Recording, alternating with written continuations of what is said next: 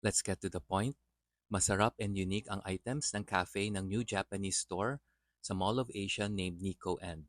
Pero stressful ang long and slow lines to pay sa cafe and sa store. To be fair, soft opening pa lang sila, pero I encourage them not to be defensive and look into their process and find a way to make payment lines more efficient. And let's be honest, this is not a sponsored post and I paid for my whole order.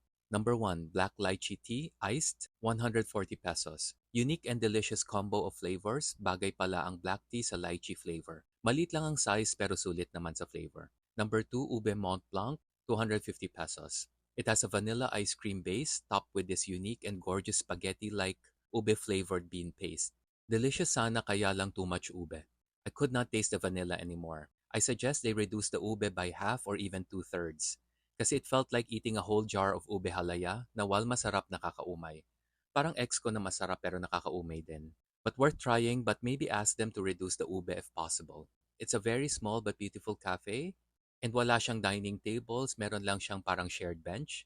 And I notice a lot of cafes are very weak sa POV ng customer experience. For example, maganda ang music pero you can barely hear it kasi katabi sila ng food court. I am not sure why they chose to be located sa food court. Sa order counter, we can't hear each other kung ano yung order. Sa store naman, I wanted to buy items and pumila na ako but ended up canceling because of the long and slow lines. Sayang cute pa naman itong slippers na parang baby shark. I wanted to get the gray and blue. Okay din itong black vest, kaya lang too short. Cute din itong fashionable apron na gusto kong gawing vest. Cute din ang maraming boots nila, kaya lang bakit women's sizes lang ito. I hope they can change their store layout also kasi ang sikip and ang stressful niyang tingnan.